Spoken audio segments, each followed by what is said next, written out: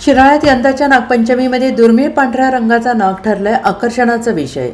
सांगलीच्या शिराळ्यामध्ये यंदा नागपंचमी मोठ्या उत्साहात साजरी होते आहे। मात्र यंदा नागपंचमीच्या उत्सवानिमित्ताने शिराळकरांना दुर्मिळ पांढऱ्या नागाचं दर्शन होत आहे।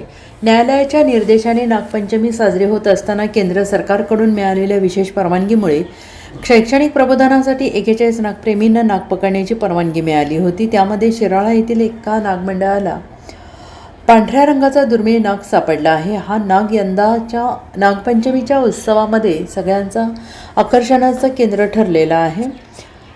नागपंचमीच्या निमित्ताने जिवंत नागांचे दर्शन गेल्या 2 वर्षांपासून शिराळा नगरीमध्ये होऊ लागलं आहे। यंदाच्या नागपंचमीमध्ये पांढऱ्या रंगाचा नाग शिराळकरांसह भाविकांना पाहायला मिळतो आहे।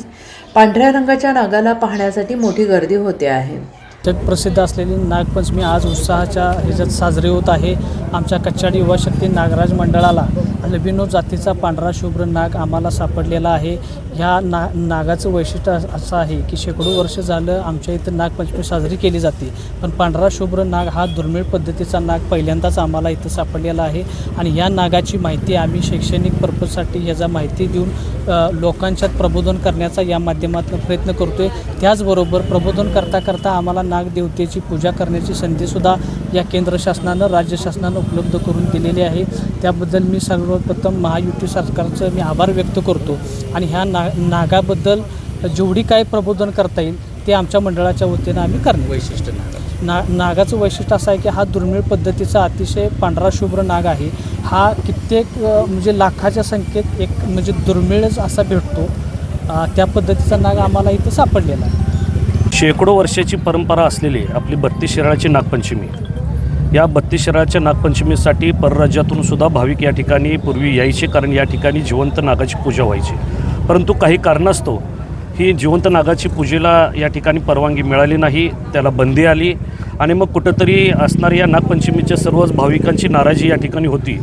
परंतु गेल्या वर्षापासून गेल्या अनेक वर्षाची जी बंदी होती, बंदी उठली आणि गेल्या वर्षीपासून याला जिवंत नागाची पूजा करण्याची परवानगी मिळाली।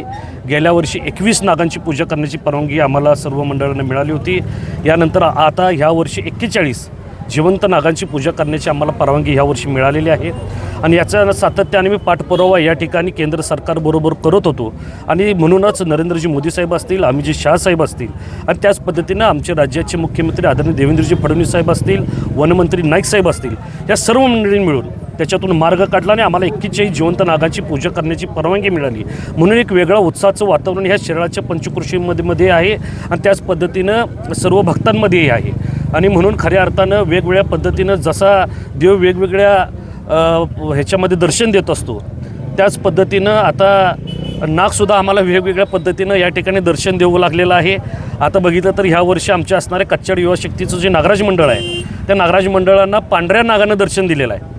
तुम्ही बघितलं तर अल्बिनो जाताचा अतिशय दुर्मिळ असणारा हा नाग ह्या वर्षी आम्हाला सर्वच भक्तांना त्याचं दर्शन घेण्यासाठी मिळालेलं आहे। आणि खऱ्या अर्थानं जे आम्हाला नियम अटी घालून दिलेले आहे, ज्या पर्पजसाठी आम्हाला जिवंत नागाची पूजा करण्यासाठी दिलेला आहे, तो पर्पज साध्य करून सर्व नियम अटी पाळून सर्वच मंडळ या ठिकाणी देवाची पूजा करताना आपल्याला बघायला मिळेल। आणि शैक्षणिक पर्पजसाठी या ठिकाणी आम्ही जास्तीत जास्त विद्यार्थ्यांना कसं दर्शन घडवून देता येईल ह्यासाठी आमचं सर्वांचं ह्या वर्षीचा प्रयत्न असणार आहे। Bureau report SBN Marathi Shirala.